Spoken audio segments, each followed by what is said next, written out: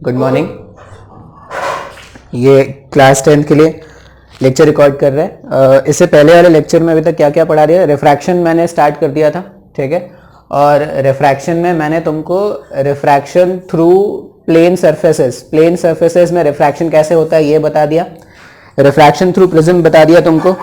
और इससे पहले वाले लेक्चर में क्रिटिकल एंगल और टोटल इंटरनल रिफ्लेक्शन, ये कुछ टॉपिक थे जो मैंने तुमको समझा दिया है, ठीक है। अपने को refraction through spherical surfaces start करना है, जिसमें बेसिकली हम क्या करेंगे, लेंसेज के बारे में पढ़ने वाले हैं। तो मैंने शायद तुमको बताया भी था कि जो लेंसेज हम जो पढ़ते हैं वो बेसिकली दो तरह के लेंसेज हम पढ़ेंगे। एक होगा कॉन्वेक्स लेंस, दूसरा होने वाला है कॉनकेव लेंस। अब जो कॉन्वेक्स लेंस है बेसिकली हमारे पास क्या है, हम पढ़ने वाले हैं लेंसेज के बारे में। दो तरह के लेंसेज होंगे। पहला जो लेंस है वो कुछ इस तरह का होने वाला है। अब ये जो लेंस है इसको हम क्या बोल रहे हैं, कॉन्वेक्स लेंस, ठीक है। या तो इसको क्या बोल देना, इसको बोल देना कॉन्वेक्स लेंस, या इस लेंस को हम कन्वर्जिंग लेंस भी बोलते हैं। अब कन्वर्जिंग लेंस क्यों बोल रहे हैं, एक बार इसमें रे के पैटर्न जब हम चेक करेंगे ना तो तुमको समझ में आएगा इसको कन्वर्जिंग लेंस क्यों बोल रहे हैं। अच्छा, दूसरा जो लेंस इसमें आपको मिलेगा वो लेंस जो होगा वो कुछ इस तरह का होता है। इस तरह के लेंस को हम क्या बोलते हैं, कॉनकेव लेंस, ठीक है। कॉनकेव लेंस, या इसका दूसरा नाम क्या है, डाइवर्जिंग लेंस। तो अपने को बेसिकली ये कॉन्वेक्स लेंस और ये कॉनकेव लेंस जो है इसके बारे में देखना है। अच्छा, अब कुछ बेसिक डेफिनेशंस होते हैं ना, वो इतना इंपॉर्टेंट तो नहीं होता, लेकिन फिर भी मैं बता देता हूं। ये लोअर क्लासेस में कुछ डेफिनेशंस तुमने सीखा होगा, ठीक है। अब ये जो डेफिनेशंस है वो क्या डेफिनेशन होता है वो अगर ध्यान से देखोगे तो मैंने इससे पहले वाले लेक्चर में तुमको बताया था कि ये लेंस को बनाया कैसे गया है। ये लेंस को बनाने के लिए क्या करते हैं, एक ऐसा स्फेरिकल बॉल अज्यूम करते हैं। ये spherical ball transparent spherical ball है। इस स्फेरिकल बॉल को क्या कर लेते हैं, यहां से कट कर लेते हैं ऐसा, और इस वाले एंड से ऐसा कट कर लेते हैं। दोनों एंड से मैंने स्फेरिकल बॉल को कट कर लिया है, और ये जो दोनों एंड्स आने वाले हैं हमारे पास, ये जो दोनों एंड्स आने वाले हैं, इस वाले एंड और इस वाले एंड को हम क्या करते हैं, ज्वाइन कर देंगे। अब जैसे ही आप ज्वाइन करोगे ये इस तरह का स्ट्रक्चर फॉर्म हो जाएगा क्या। तो हमने लेंस कैसे बनाया है, तो लेंस को बनाने के लिए हमने क्या किया था, एक स्फीयर कंसिडर किया था। अब ये जो स्फीयर है जिससे हमने लेंस को फॉर्म किया है, इस स्फीयर का जो भी रेडियस होता है उसे क्या बोलते हैं, रेडियस ऑफ कर्वेचर। तो ये डेफिनेशंस है, मैं बोलूंगा डेफिनेशंस आप लिखते चलना, ये डायग्राम बना लेना। डेफिनेशन किसी भी एग्जाम में तुमसे डेफिनेशन नहीं पूछेंगे, लेकिन तुमको ये बेसिक डेफिनेशंस पता होना चाहिए कि हाँ भाई ये लेंस बना कैसे है। सबसे पहला टर्म जो यहाँ पे हमने आपको इंट्रोड्यूस कराया वो क्या था, रेडियस ऑफ कर्वेचर। तो उसका डेफिनेशन क्या होता है रेडियस ऑफ कर्वेचर का, कि the radius of the sphere from which the lens is formed, ठीक है। जिस भी स्फीयर से लेंस को बनाया गया है उसका जो भी रेडियस होगा उसको हम क्या बोलेंगे, रेडियस ऑफ कर्वेचर, जिसको हम आर से डिनोट करने वाले हैं। दूसरा जो डेफिनेशन यहाँ पे हम देखेंगे वो क्या होता है, सेंटर ऑफ कर्वेचर। कर्वेचर का मतलब हो गया ये जो हो गया ना, इसको हम बोल रहे हैं कर्वेचर। अब इस कर्वेचर का जो सेंटर हो गया उसी को क्या बोलते हैं, सेंटर ऑफ कर्वेचर। मतलब जिस स्फीयर को यूज करके लेंस बनाया गया था उस स्फीयर का जो सेंटर है उसको हम सेंटर ऑफ कर्वेचर बोलते हैं, और इसको क्या करेंगे, सी से डिनोट करने वाले हैं। तो ये हमारे पास रेडियस ऑफ कर्वेचर और सेंटर ऑफ कर्वेचर हो गया। इसके अलावा और जो बेसिक डेफिनेशंस होंगे वो क्या होता है, अब मान लो मैंने लेंस फॉर्म कर लिया है, ये जो मेरे पास स्फीयर था इसको कट कर लिया और मैंने इस तरह से ज्वाइन भी कर लिया है।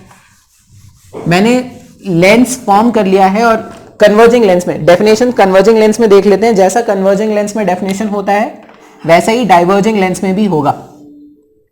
ये हमारा इस तरह से कन्वर्जिंग लेंस है।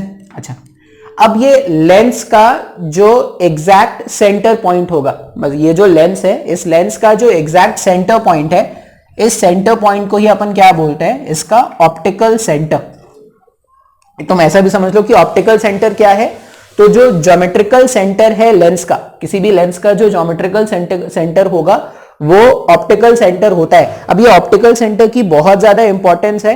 इंपॉर्टेंस क्यों है, क्योंकि ये हमारे लिए जिस तरह से कोऑर्डिनेट सिस्टम में, मैथ्स के कोऑर्डिनेट सिस्टम में ओरिजिन का काम होता था, उसी तरह से लेंसेज में हम क्या करेंगे, ऑप्टिकल जो हमारे पास सेंटर है उसको ओरिजिन मान के हम क्या करेंगे, न्यूमेरिकल सॉल्व करेंगे। तो ये न्यूमेरिकल्स में बहुत पार्टिसिपेट करने वाला है ये टर्म जो है ऑप्टिकल सेंटर। अच्छा, अभी मैंने तुमको क्या बताया था कि ये जो स्फीयर है, ये ऐसा कोई स्फीयर होगा, स्फीयर से ही कट करके तो बनाया था ना।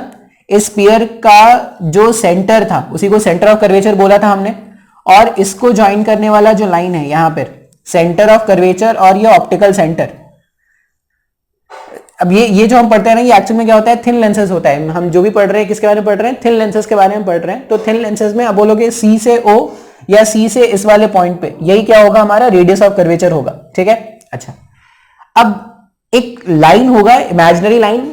इमेजिनरी लाइन क्या है, प्रिंसिपल एक्सिस। तो प्रिंसिपल एक्सिस क्या है, एक इमेजिनरी लाइन है। इसका मतलब क्या है, ऐसा कोई लाइन एक्चुअल में एग्जिस्ट नहीं करता, हम अपने कन्वीनियंस के लिए इस लाइन को बनाते हैं। अब है क्या ये प्रिंसिपल एक्सिस, एक इमेजिनरी लाइन जो सेंटर ऑफ कर्वेचर और ऑप्टिकल सेंटर से पास होता है, उसको क्या बोलेंगे, प्रिंसिपल एक्सिस। ये सब तुमने डेफिनेशन लोअर क्लासेस में भी पढ़ा है।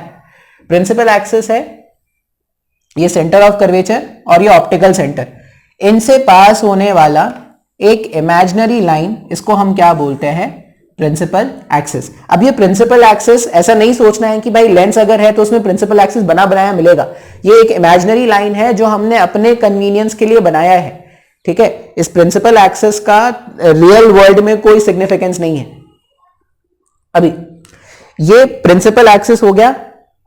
मैंने क्या क्या डेफिनेशन बता दिया तुमको, सेंटर ऑफ कर्वेचर मैंने बता दिया, मैंने रेडियस ऑफ कर्वेचर बता दिया, मैंने ऑप्टिकल सेंटर बता दिया, और कुछ बताया क्या, नहीं, मैंने इतना कुछ डेफिनेशन तुमको बता दिया है। अच्छा, अब जो सबसे इंपॉर्टेंट डेफिनेशन जो अपने काम का होता है, जो एग्जाम में कभी कभी पूछ भी लेते हैं, वो होता है फोकस। अब फोकस का मतलब क्या है, मान लो इस डायग्राम में जो रेज आ रहे थे वो पैरेलल टू प्रिंसिपल एक्सिस आ रहे थे। ये लेंस है ऐसा, और ये लेंस में जो रेज आ रहे थे वो कैसे आ रहे थे, पैरेलल टू प्रिंसिपल एक्सिस। अब जब भी rays parallel to principal axis आते हैं, ये क्या करते हैं, अभी ये कैसा लेंस है, कन्वर्जिंग लेंस है। इसका अगर मैं थोड़ा बहुत डायग्राम तुमको बनाऊं ना, थोड़ा अगर डिटेल में मैं आपको बताऊं तो ये काम कैसे करता है। जैसे यहां पर देखो, इस वाले पॉइंट पर ये एयर में अभी तक रे चल रहा था, सडनली ये क्या हो गया, ग्लास वाला इंटरफेस आ गया। अब एयर और ग्लास वाला जब इंटरफेस आ गया तो रिफ्रैक्शन होगा। अब रिफ्रैक्शन ऐसा होगा कि ये क्या करेगा, रेरर से डेंसर मूव कर रहा है। एयर से ग्लास के अंदर अगर वो मूव करेगा, रेरर से डेंसर मूव करेगा, तो इसकी टेंडेंसी क्या है, नॉर्मल की तरफ बेंड करने की होगी। अब नॉर्मल की तरफ बेंड करने की होगी टेंडेंसी, उसके लिए अपने को नॉर्मल बनाना पड़ेगा। याद रखना, स्फेरिकल मिरर के केस में जो नॉर्मल होता है, स्फेरिकल मिरर के केस में जो नॉर्मल होता है वो रेडियस ऑफ कर्वेचर के बराबर होता है। मतलब जो भी नॉर्मल होगा, नॉर्मल का मतलब होता है परपेंडिकुलर। तो जब भी तुम जैसे इस वाले पॉइंट पर अगर तुम परपेंडिकुलर ड्रॉप करोगे ना, तो ये परपेंडिकुलर क्या करेगा, सेंटर ऑफ कर्वेचर से पास करेगा। अब बोलेगे सर सेंटर ऑफ कर्वेचर तो आपने यहां पे बनाया, ये भी तुम स्फेरिकल मिरर का पार्ट था। अगर ये भी स्फेरिकल मिरर का पार्ट है तो जो सेंटर ऑफ कर्वेचर यहां पे है, उसी तरह से सेंटर ऑफ कर्वेचर यहां पे भी होगा। अब जो भी नॉर्मल आप यहां पे प्लॉट करोगे ना, मान लो ये तुमने नॉर्मल ऐसा बनाया, ये नॉर्मल जो तुमने प्लॉट किया है वो एक्चुअल में क्या होता है, वो रेडियस ऑफ कर्वेचर होता है, वो सेंटर ऑफ कर्वेचर से पास होना होता है। ठीक है, अब अगर ये मीडियम में चेंज नहीं होता तो ये रे ऑफ लाइट क्या करना था, ऐसे सीधा चलना था। अब इसको बेंड करना है, कैसे बेंड करना है, इसको बेंड करना है टुवर्ड्स नॉर्मल। तो ये रे ऐसा बेंड कर जाएगा क्या इस पॉइंट पे। अभी अब जैसे ही ये इस वाले पॉइंट से बाहर निकलेगा, ये वाला पॉइंट है, देखो मैंने ग्रीन से बनाया है, पता नहीं विजिबल है या नहीं। ये जो ग्रीन वाला पॉइंट है, ग्रीन वाले पॉइंट में अगर आप देखोगे तो फिर से रिफ्रैक्शन होगा। अब रिफ्रैक्शन कैसा होना है, अब रे क्या कर रहा है, डेंसर मीडियम में ट्रैवल कर रहा था और वो क्या करेगा, रेरर मीडियम में मूव करके बाहर जाने वाला है। तो जब भी रे डेंसर से रेरर की तरफ जाता है तो उसकी टेंडेंसी क्या होती है, नॉर्मल से दूर जाने की होती है। फिर से यहां पे क्या करेंगे, अगर अपन नॉर्मल प्लॉट करेंगे, नॉर्मल ड्रॉ करेंगे, तो नॉर्मल कुछ तो ऐसा होगा, ये कुछ इस तरह का नॉर्मल आएगा। अब अपने को क्या करना है, अवे जाना है। अवे जाना है इसका मतलब है ऐसे तो चले ही जा रहे थे ना, अब अवे जाने का मतलब क्या होगा, ये क्या करेगा, इस तरह से कुछ बेंड कर जाएगा। तो ये एक्चुअल डायग्राम ऐसा होता है। ठीक है, दो बार रिफ्रैक्शन होगा, एक बार रिफ्रैक्शन इस वाले इंटरफेस में हुआ है, एक बार रिफ्रैक्शन इस वाले इंटरफेस में होगा, 2 बार रिफ्रैक्शन हुआ है, लेकिन बार बार इतना कॉम्प्लिकेटेड डायग्राम हम नहीं बनाएंगे। हम क्या करेंगे ना, जब भी अपने को रिक्वायरमेंट होगा तो हम ऐसा ही सिंपल सा डायग्राम बनाएंगे। सिंपल सा डायग्राम ऐसा, ये लेंस अज्यूम कर लिया, और अगर मैं बोल रहा हूं कि ray parallel to principal axis आए हैं, ray parallel to principal axis आए हैं, तो रिफ्रैक्शन के बाद वो क्या करेंगे, एक पर्टिकुलर पॉइंट से पास करेंगे। इस पर्टिकुलर पॉइंट को ही क्या बोलते हैं, फोकस। देखो ये एक्चुअल डायग्राम है, तुमको एक्चुअल डायग्राम पता होना चाहिए कि देखो अभी तक जो पढ़ रहे थे उसी से लिंक्ड है, कुछ अलग नहीं पढ़ रहे हैं, कुछ अलग नहीं आ गया ये। तो जो एक्चुअली अभी तक बनाया गया था वहीं से ये भी आया है, लेकिन ये एक्चुअल डायग्राम समझने के लिए, समझने के पॉइंट ऑफ व्यू से सही है। एग्जाम में बार बार ऐसा कॉम्प्लिकेटेड डायग्राम नहीं बनाना अपने को। तो इसका एक सिंपल सा डायग्राम इस तरह से अज्यूम कर लेते हैं कि कभी भी अगर ray parallel to principal axis चल रहा है तो रिफ्रैक्शन के बाद वो एक पर्टिकुलर पॉइंट से पास करता है। अब ये जो पर्टिकुलर पॉइंट होता है, इसी पर्टिकुलर पॉइंट को हम क्या बोलते हैं, फोकस। ठीक है, अच्छा अब यहां पे ना फोकस में मैं आपको एक टर्म बताता हूं, real focus and virtual focus. I hope ये डायग्राम तुमको समझ में आया होगा। ये डायग्राम बहुत ज्यादा इंपॉर्टेंट है, डायग्राम नोट कर लेंगे यहां पे। अब फोकस का डेफिनेशन, फोकस का डेफिनेशन लिख लेना कि फोकस का डेफिनेशन क्या है। तो when rays parallel to principal axis, जब rays parallel to principal axis है तो वो एक पर्टिकुलर पॉइंट पे कन्वर्ज करेंगे। In case of converging lens, converging lens के केस में वो एक पर्टिकुलर पॉइंट पे कन्वर्ज करते हैं। उस पर्टिकुलर पॉइंट का ही नाम क्या है, प्रिंसिपल एक्सिस। तो डेफिनेशन कुछ ऐसा बताते हैं कि focus is the point at which rays parallel to principal axis converge after refraction. ठीक है, इस तरह से हम क्या करते हैं, फोकस का डेफिनेशन बताते हैं। अब ये जो फोकस है ना, ये ज्यादा इंपॉर्टेंट है। मैंने आपको बताया कि एक्चुअली में 2 तरह का फोकस है, 2 तरह का फोकस होगा।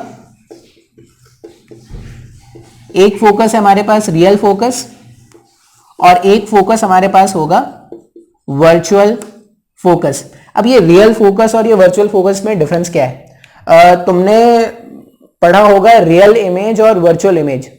अब रियल इमेज क्या होता है, जब भी actual intersection of light rays, जैसे मान लो मैं बोल रहा हूं कि मेरे पास एक मिरर है। मिरर शायद आपने लोअर क्लासेस से पढ़ा होगा, थोड़ा बहुत, नहीं पढ़ा है तो ध्यान से देख लेते हैं। मान लो मेरे पास एक मिरर है, ठीक है, ये मिरर का हमारे पास फोकस हो गया और ये मिरर का हमारे पास सेंटर ऑफ कर्वेचर हो गया। जैसे जैसे लेंसेज में डिफाइंड होता है वैसे ही उसमें भी डिफाइंड होता है, मिरर में भी डिफाइंड होता है। एक ऑब्जेक्ट कंसिडर कर रहे हैं और ये ऑब्जेक्ट कहां पे रखा है, ऐसा मान लो कि ऑब्जेक्ट को मैंने रखा है सेंटर ऑफ कर्वेचर से दूर। मैंने ऑब्जेक्ट को कहां पे रखा है, बियॉन्ड सेंटर ऑफ कर्वेचर। अब ये जो ऑब्जेक्ट है, इस ऑब्जेक्ट का मुझे क्या करना है, इमेज फॉर्म करना है। इसके कारण, इस मिरर के कारण मुझे ऑब्जेक्ट का इमेज फॉर्म करना है।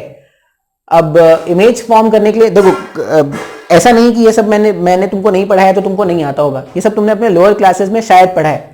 मैं बोल रहा हूं कि मेरे पास एक मिरर था। कैसा मिरर है, मेरे पास एक कन्वर्जिंग मिरर है। ये मेरे पास एक कॉन्केव मिरर है, और इस कॉन्केव मिरर को अगर आप ध्यान से देखोगे तो मैंने एक ऑब्जेक्ट कंसिडर किया है ए बी, और ऑब्जेक्ट का प्लेसमेंट मैंने कहां पे रखा है, बियॉन्ड सी।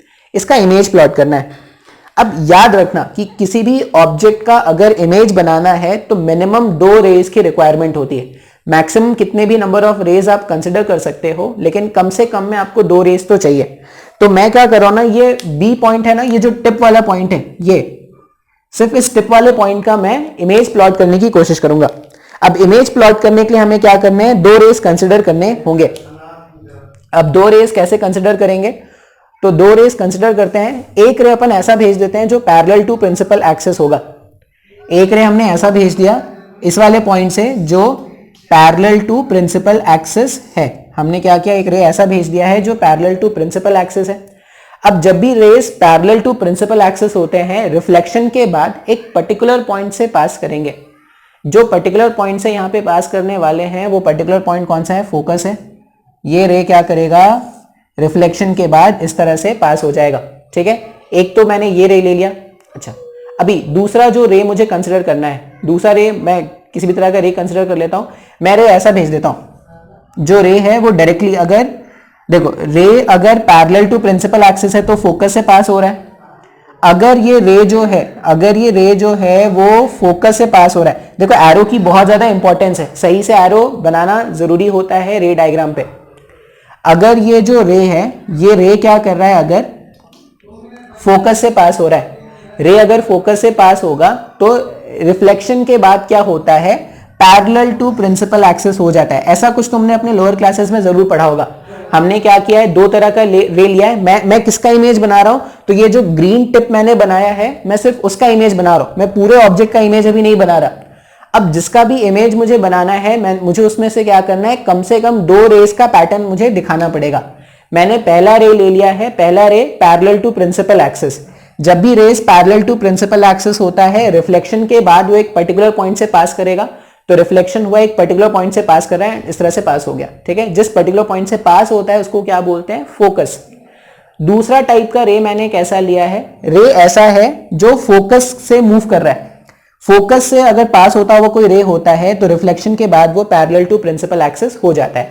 अब अगर आप इन दोनों को ध्यान से देखोगे तो ये दोनों रे जो हैं वो इस वाले पॉइंट पे कहीं पे इंटरसेक्ट हो रहे हैं क्या, ये दोनों रे जो हैं वो इस वाले पॉइंट पे इंटरसेक्ट हो रहे हैं। इसका मतलब ये जो टिप है उसका इमेज यहां कहीं पे बन गया। तो उसी तरह अगर मैं यहां पे टिप लेता तो यहां पे इमेज, यहां पे एंड सो ऑन, इस तरह से इमेज कंप्लीट हो जाता। तो यहां पे अगर देखोगे तो ये ऑब्जेक्ट था और ये इसका इमेज मैंने बनाया है। अब जो इमेज बना है वो एक्चुअल इंटरसेक्शन ऑफ लाइट के रेज से बना है क्या, जो इमेज बना है वो एक्चुअल इंटरसेक्शन ऑफ लाइट के रेज से बना है। इस तरह से जो इमेज बनता है जिसमें रेज एक्चुअल में इंटरसेक्ट करते हैं, उस तरह की इमेज को हम क्या बोलते हैं, रियल इमेज, ठीक है। रियल इमेज का मतलब हो गया ऐसा इमेज जो एक्चुअल इंटरसेक्शन ऑफ लाइट के रेज से बना हुआ है, उसको हम क्या बोल रहे हैं, रियल इमेज। अब वर्चुअल इमेज क्या होगा, तो वर्चुअल इमेज का बेस्ट एग्जांपल समझने के लिए इमेजिन करते हैं कि हमारे पास एक प्लेन मिरर है, ठीक है। एक प्लेन मिरर है और प्लेन मिरर के पास में एक ऐसा हमने ऑब्जेक्ट रख दिया है। फिर से ये हमारा ऑब्जेक्ट है ए बी, और मैं किसका इमेज बना रहा हूं, फिर से जो बी है, बी जो हमारा टिप है उसका इमेज बनाना है मुझे। अब इसका इमेज बनाने के लिए फिर से मुझे दो रेज लेने कंसिडर करने पड़ेंगे। एक रे अपन भेज देते हैं जो पैरेलल टू प्रिंसिपल एक्सिस है, रे मैंने ऐसा भेज दिया। अब अगर मैंने ray parallel to principal axis भेजा है तो इसमें क्या होता है, प्लेन मिरर में अगर देखोगे तो यही तो नॉर्मल हो गया ना। जब rays along the normal move करते हैं तो रिफ्लेक्शन के बाद वो नॉर्मल की तरफ ही भाग जाएंगे ना। तो जो इंसिडेंट रे था और ये जो नॉर्मल रे था वो ऐसे कुछ मूव कर जाएगा। तो रे ऐसे आया और ऐसे ही चला गया, मतलब ये ऐसे चला गया। एक रे मैंने ये कंसिडर कर लिया। अच्छा, एक और रे मुझे कंसिडर करना है। एक और रे क्या करते हैं ना, यहां से रे पास होता हुआ डायरेक्टली इस पॉइंट पे गिराते हैं, मतलब ये जो हमारा पॉइंट है यहां पे रे गिराते हैं। अब जितने एंगल पे ये इंसिडेंट हुआ होगा रिफ्लेक्शन के बाद, उतने ही एंगल पे इसको मूव भी करना है क्या। तो ध्यान से देखो, रिफ्लेक्शन के बाद एक रे इस तरफ चला गया और दूसरा रे इस तरफ चला गया। ये रे 1 था और ये रे 2 था। ये रे 1 और ये रे 2 कभी एक्चुअल इंटरसेक्ट कर पाएंगे क्या, ये इधर भाग रहा है, ये इधर भाग रहा है, ये लोग हमेशा डाइवर्ज हो रहे हैं ना। अच्छा, अगर ये लोग हमेशा डाइवर्ज हो रहे हैं तो इस केस में क्या करेंगे ना, इन रेस को पीछे ट्रेस करना स्टार्ट करते हैं। जब इस वाले रे को पीछे ट्रेस करोगे तो ऐसा कुछ आएगा, और इस वाले रे को पीछे ट्रेस करोगे तो ऐसा कुछ आएगा। अब कोई ऑब्जर्वर अगर यहां कहीं पे होता ना, यहां कहीं पे ऑब्जर्वर होता तो उसको क्या लगता कि ये दोनों रेज इस वाले पॉइंट से कहीं से निकल के आ रहे हैं क्या। बात समझ में आया है। तो इस वाले पॉइंट का एक इमेज फॉर्म हुआ है, इस वाले पॉइंट का एक इमेज यहां पर फॉर्म हुआ है, लेकिन वो जो इमेज फॉर्म हुआ है वो actual intersection of light rays से हुआ है क्या, नहीं। एक्चुअली तो लाइट रेज एक इधर मूव कर रहा था, एक इधर मूव कर रहा था। हमने क्या किया था, इन लाइट रेज को बैकवर्ड डायरेक्शन में प्रोड्यूस किया, तब जाके मुझे ऐसा लगा कि रेज पीछे कहीं पे इंटरसेक्ट कर रहे होंगे। बात समझ में आ रहा है। तो ये बी जो ऑब्जेक्ट था इसका एक इमेज बी डैश यहां पे फॉर्म हो गया, उसी तरह से पूरा का पूरा इमेज कंप्लीट होता एंड सो ऑन।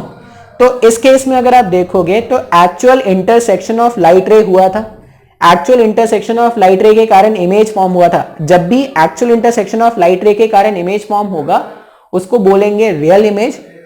और जब भी रेस को पीछे ट्रेस करने से, रेस को जो भी रेज है उनको पीछे ट्रेस करने से जो इमेज दिखेगा उसको हम क्या बोलेंगे, वर्चुअल इमेज। तो आई होप ये रियल वर्ड और ये वर्चुअल वर्ड जो वर्ड है ये तुमको क्लियर हो गया है। अच्छा, एक और डेफिनेशन होता है रियल इमेज और वर्चुअल इमेज का। रियल इमेज को तुम स्क्रीन पे ड्रॉ कर सकते हो, मतलब स्क्रीन पे ऑब्टेन कर सकते हो। वर्चुअल इमेज को स्क्रीन पर ऑब्टेन नहीं कर सकते। रियल इमेज स्क्रीन पर ऑब्टेन किए जा सकते हैं, मतलब प्रैक्टिकल जब तुम लैब में करोगे तो जब भी रियल इमेज फॉर्म्ड होगा ना तो तुम उसको स्क्रीन में बना सकते हो, उसको स्क्रीन में बना सकते हो। लेकिन जो वर्चुअल इमेजेस होते हैं उनको कभी भी स्क्रीन में बनाया नहीं जा सकता। ठीक है, ये सेकंड डिफरेंशिएशन होता है। फिर विजिबिलिटी का, अगर मैं बोलूं कि रियल इमेज, तो रियल इमेज भी तुमको दिखेंगे और वर्चुअल इमेज भी दिखेंगे। रियल इमेज भी, अगर किसी ऑब्जेक्ट का रियल इमेज बना है तब भी वो दिखता है, और वर्चुअल इमेज अगर बना है तब भी वो दिखता है। जैसे प्लेन मिरर के केस में, जैसे तुम मिरर के सामने अगर जाते हो तो तुमको तुम्हारा खुद का इमेज वहां पर दिखता है, तो वो वर्चुअल इमेज है। जैसे तुम प्लेन मिरर, घर में तो प्लेन मिरर ही यूज करते हैं। ठीक है, अब प्लेन मिरर के सामने तुम सुबह शाम खड़े रहते हो तो तुमको वहां पे अपना इमेज तो दिखता है ना। तो इमेज दिखेगा जरूर, लेकिन तुम उसको किसी स्क्रीन पे कास्ट नहीं कर सकते। बात समझ में आ रहा है? तो ये रियल इमेज और वर्चुअल इमेज का क्या हो गया, डिफरेंस हो गया। ये डायग्राम अलग और ये डायग्राम अलग, ये दोनों डायग्राम बनाना है और ये बहुत ज्यादा इंपॉर्टेंट है। अच्छा, इस तरह के डायग्राम्स तुमने पहले कभी भी देखे होंगे। अब डायग्राम का तो सर समझ में आया, इमेज का तो समझ में आया कि इमेज रियल और वर्चुअल कैसे था। फोकस का कैसे बताएंगे कि फोकस रियल है या वर्चुअल है? अभी फोकस का कैसे बताना है कि फोकस क्या है, रियल है या वर्चुअल है? तो फोकस के लिए क्या करते हैं, हमने ऐसा बोला था, लेंस हमारे पास कौन सा है, ये इसका ये नाम है कन्वर्जिंग लेंस। कन्वर्जिंग लेंस क्यों बोल रहे हैं? क्योंकि ये क्या करेगा, ये रेस को कन्वर्ज करेगा। मान लो मैंने एक रे कंसिडर किया, ऐसा रे मैंने कंसिडर किया है पैरेलल टू प्रिंसिपल एक्सिस। अब रेज अगर पैरेलल टू प्रिंसिपल एक्सिस होते हैं, एक पर्टिकुलर पॉइंट से पास करते हैं, इस पर्टिकुलर पॉइंट से पास करेंगे, इस पर्टिकुलर पॉइंट को ही क्या बोलेंगे, फोकस। बात समझ में आ रहा है? तो इस वाले डायग्राम में अगर देखोगे तो ये जो फोकस है, ये जो फोकस है उसमें रेज एक्चुअली इंटरसेक्ट करके जा रहा है क्या? इस वाले डायग्राम में अगर आप देखोगे तो रे जो है वो फोकस से एक्चुअल में पास होता हुआ जा रहा है। तो इस तरह के फोकस को हम क्या बोलते हैं, रियल फोकस। रियल फोकस मतलब रिफ्रैक्शन हुआ और लाइट, रिफ्रैक्शन हुआ और लाइट इस पॉइंट से क्रॉस करके पास हो रहा है, वो पास होता हुआ दिख रहा है। इस तरह के फोकस को क्या बोलोगे, रियल फोकस। लेकिन अगर यही हमारे पास एक डाइवर्जिंग लेंस होता, हमारे पास एक डाइवर्जिंग लेंस होता अगर इस तरह से। अब डाइवर्जिंग लेंस क्यों बोल रहे हैं? क्योंकि ये क्या करेगा, रेस को डाइवर्ज कर देगा। कैसे डाइवर्ज कर देगा? ये रे मैंने पैरेलल टू प्रिंसिपल एक्सिस लिया है, जैसे ही रिफ्रैक्शन होगा, रिफ्रैक्शन के बाद ये रे क्या करेगा, डाइवर्ज करके उधर कहीं पे जाना स्टार्ट कर देगा। अब तुम अगर ध्यान से देखोगे तो इसमें तो फोकस साफ साफ दिख रहा था इसमें। ठीक है, नेक्स्ट हमें क्या देखना है, साइन कन्वेंशन। ये बहुत ज्यादा इंपॉर्टेंट है और मैं बता दूं ये ऐसा टॉपिक है ना जो एंड तक कंफ्यूजन रह जाता है अगर एक बार में नहीं समझ में आया तो। ये अगर नहीं समझ में आएगा, एक भी न्यूमेरिकल नहीं बनने वाला तुमसे। अगर तुमको न्यूमेरिकल ढंग से सॉल्व करना है तो ये साइन कन्वेंशन समझना पड़ेगा। अब बिना साइन कन्वेंशन के एक डेरिवेशन नहीं कर पाएंगे, एक न्यूमेरिकल नहीं सॉल्व कर पाएंगे। ठीक है, तो मान लो तुम बेसिक न्यूमेरिकल शायद सॉल्व भी कर लो, लेकिन अच्छे जो न्यूमेरिकल्स है ना वो कभी नहीं सॉल्व कर पाओगे। तो अगर तुमको लेंसेज में या मिरर्स में प्रॉब्लम सॉल्व करना आना है तो ये साइन कन्वेंशन आना पड़ेगा। अब साइन कन्वेंशन में हम क्या करते हैं, कुछ रूल्स होते हैं, वो रूल्स आपको समझा देते हैं धीरे धीरे। तो पहला रूल क्या है, all the distances are measured, all the distances are measured taking optical center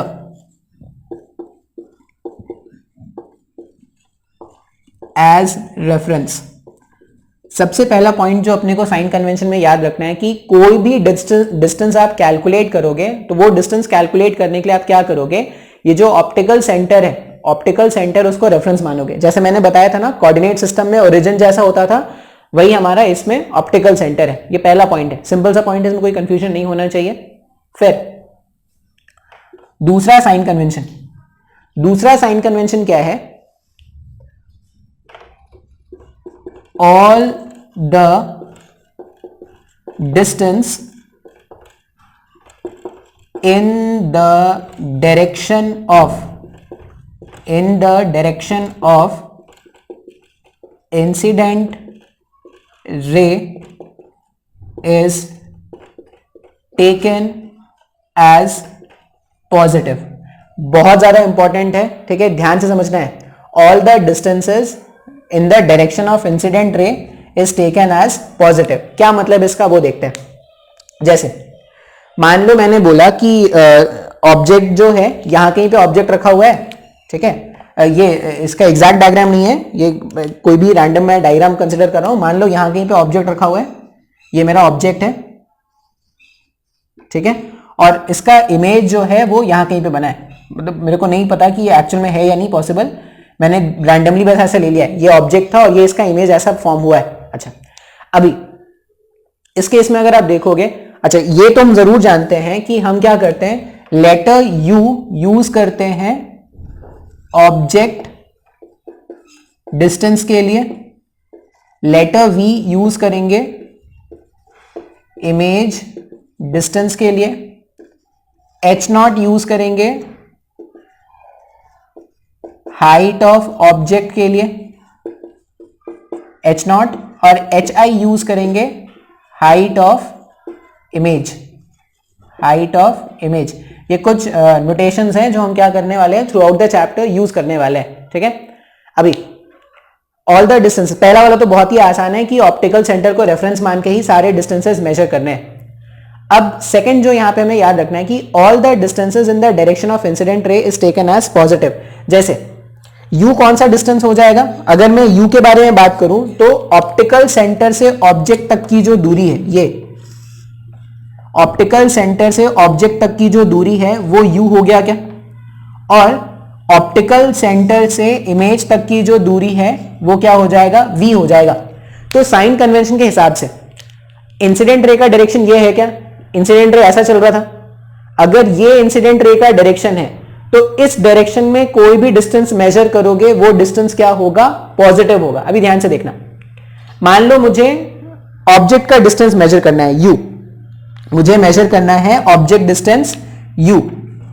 अब u जो ऑब्जेक्ट डिस्टेंस है पॉजिटिव होगा नेगेटिव होगा, ध्यान से देखना है। इंसिडेंट रे का डायरेक्शन ये है क्या, अच्छा अब अगर मुझे ऑब्जेक्ट डिस्टेंस मेजर करना है तो इसको रेफरेंस मान के मैं इस तरफ कहीं पे मूव करूंगा, ऐसा इसको रेफरेंस माना, रेफरेंस मान के यहां कहीं पे मूव करने वाला है। अगर रेफरेंस ऑप्टिकल सेंटर को मानकर यहां कहीं पे मूव करेंगे तो इंसिडेंट रे के डायरेक्शन के जस्ट ऑपोजिट मूव कर रहे हैं क्या, इंसिडेंट रे इधर चल रहा था, मैं इस डायरेक्शन में चल रहा हूं, तो अगर मैं इस डायरेक्शन में चल रहा हूं इसका मतलब क्या होगा, u जो कंसिडर करेंगे u नेगेटिव हो जाएगा क्या, हाँ या ना, ये समझ में आया कि नहीं। ये बहुत ज्यादा इंपॉर्टेंट है, अगर साइन कन्वेंशन नहीं आएगा न्यूमेरिकल नहीं सॉल्व कर पाओगे। हमने क्या बोला कि मुझे डिस्टेंसेस मेजर करना है ऑप्टिकल सेंटर को रेफरेंस मान के, ऑप्टिकल सेंटर मेरा रेफरेंस हो गया। अगर मैं ऑब्जेक्ट डिस्टेंस लिखना चाहता था तो यहां से यहां का डिस्टेंस मेजर करना है। अब यहां से यहां का डिस्टेंस मेजर करने के लिए हम क्या करेंगे, यहां से इस तरफ मूव करेंगे, इंसिडेंट रे के जस्ट ऑपोजिट मूव कर रहे हैं इसलिए u का वैल्यू क्या रख देंगे, नेगेटिव। अच्छा मान लो मुझे v लिखना है, v क्या है, v इमेज डिस्टेंस है। अब ऑप्टिकल सेंटर से इस तरफ कहीं पे आएंगे क्या, अगर ऑप्टिकल सेंटर से यहां कहीं पे आएंगे तो इंसिडेंट रे के डायरेक्शन के अलोंग चल रहे हैं, अगर इंसिडेंट रे के डायरेक्शन के अलोंग चल रहे हैं तो इमेज डिस्टेंस क्या रहेगा, पॉजिटिव रहेगा। क्लियर है। अच्छा फिर मान लो मुझे फोकल लेंथ का वैल्यू देखना है, फोकल लेंथ। अभी फोकल लेंथ क्या है, ये फोकस है ना, यहां कहीं पे हमारा फोकस था, तो फोकल लेंथ ये जो ब्लू से मैंने बनाया था, ये फोकल लेंथ जो है ऑप्टिकल सेंटर से इस डायरेक्शन में मूव कर रहे हैं। अगर ऑप्टिकल सेंटर से इस डायरेक्शन में मूव कर रहे हैं तो फिर से इंसिडेंट रे के डायरेक्शन में मूव कर रहे हैं। अगर इंसिडेंट रे के डायरेक्शन में मूव करते थे तो वो वैल्यू पॉजिटिव होगा क्या, तो फोकल लेंथ भी क्या कंसिडर करेंगे, फोकल लेंथ कंसिडर करेंगे पॉजिटिव। ये साइन कन्वेंशन समझना बहुत ज्यादा जरूरी है, नहीं समझ में आया है तो बार बार इसको देखना, जब तक ये समझ में नहीं आएगा तब तक आगे बढ़ना बेवकूफी है।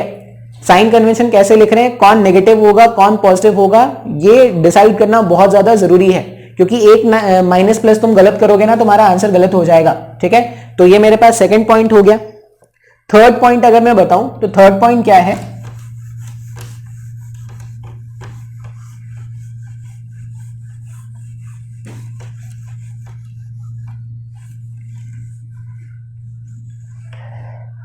अच्छा, हो सकता है कि बुक्स में तुमको अलग अलग कुछ मिले, बुक में जो भी मिलेगा, जो साइन कन्वेंशन मैं बता रहा हूं उसको याद रखना, उससे सारे क्वेश्चन सॉल्व होंगे। थर्ड साइन कन्वेंशन क्या याद रखोगे? थर्ड साइन कन्वेंशन ये याद रखना है कि हाइट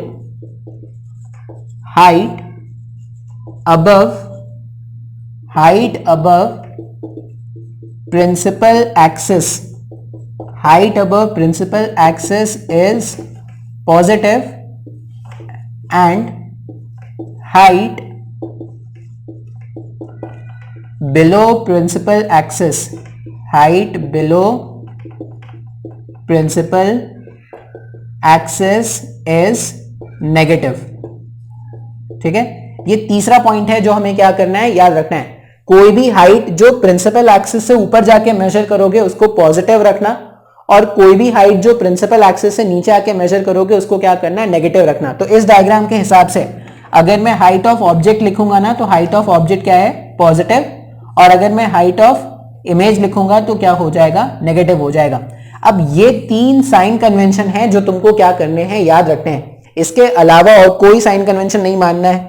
ये साइन कन्वेंशन को यूज करके तुम किसी भी तरह का, किसी भी लेवल के क्वेश्चन को सॉल्व कर पाओगे। ठीक है, अच्छा, अब इस तरह का साइन कन्वेंशन क्यों जरूरी है, मतलब बुक में जो साइन कन्वेंशन तुमको मिलेगा और जो मैंने तुमको बताया है उसमें क्या अंतर है।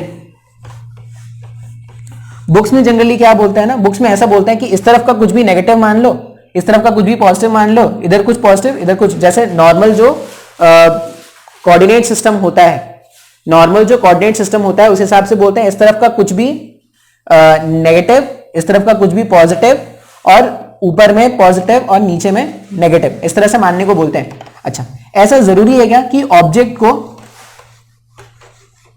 जो ऑब्जेक्ट है वो हमेशा, तुम देखना बुक में जितने भी प्रॉब्लम होंगे ना उसमें हमेशा ऐसा मिलेगा, लेंस है और ऑब्जेक्ट को हमेशा इन्होंने लेफ्ट साइड रखा है। ऐसा कोई जरूरी है क्या? नहीं, ऐसा कोई जरूरी नहीं है। मैं ऑब्जेक्ट को यहां कहीं पे रख सकता हूं क्या?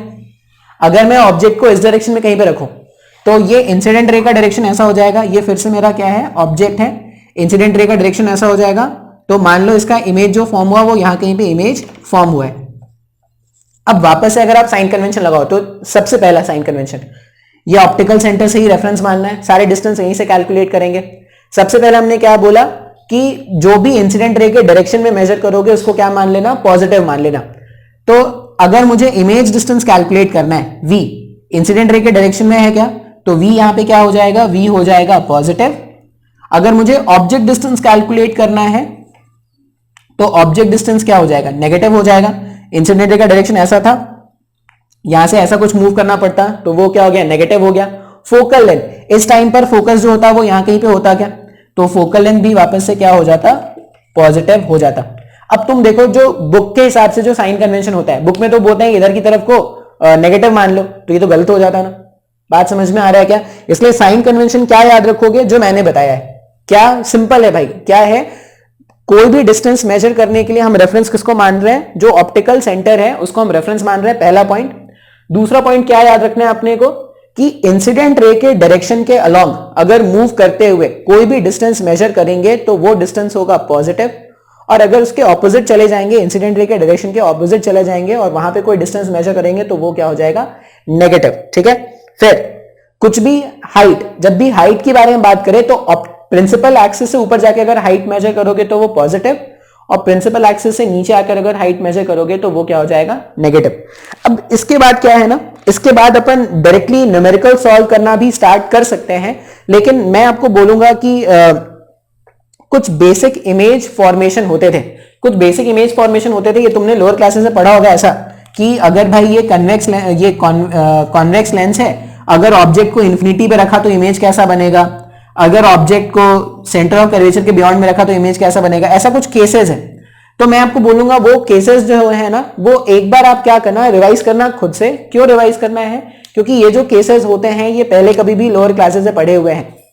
एक बार आप खुद से रिवाइज करके रखोगे तो मैं जल्दी जल्दी में रिवाइज करा दूंगा। ठीक है, तो नेक्स्ट वाले क्लास में अपन क्या करेंगे, ये अलग अलग इमेज फॉर्मेशन देख लेंगे और इससे रिलेटेड जो क्वेश्चंस होंगे वो सॉल्व करना सीखेंगे। तो क्वेश्चन की फीलिंग, मतलब क्वेश्चन जो होगा वो मेंटली तुम फील तब कर पाओगे जब तुमको ये सब केसेस याद होंगे। तो नेक्स्ट वाले क्लास से पहले तुम क्या करना, वो जो केसेस है ना अलग अलग, वो याद कर लेना, ठीक है। देखो आज के लेक्चर में कुछ मैंने खास तो नहीं पढ़ाया है। ये साइन कन्वेंशन बहुत ज्यादा इंपॉर्टेंट है, बहुत लोगों को कंफ्यूजन रहता है साइन कन्वेंशन में, और साइन कन्वेंशन नहीं आएगा तुम प्रॉब्लम नहीं सॉल्व कर पाओगे। तो साइन कन्वेंशन तुमको अच्छे से सीखना है, कुछ भी करो साइन कन्वेंशन अच्छे से सीखो, ठीक है। और जो केसेस होते हैं, डिफरेंट डिफरेंट केसेस याद रख लोगे तो प्रॉब्लम जब भी आप सॉल्व करोगे ना, न्यूमेरिकल जब सॉल्व करोगे तो आपको ज्यादा प्रॉब्लम नहीं होगा, ठीक है। इतने रहने देते हैं आज।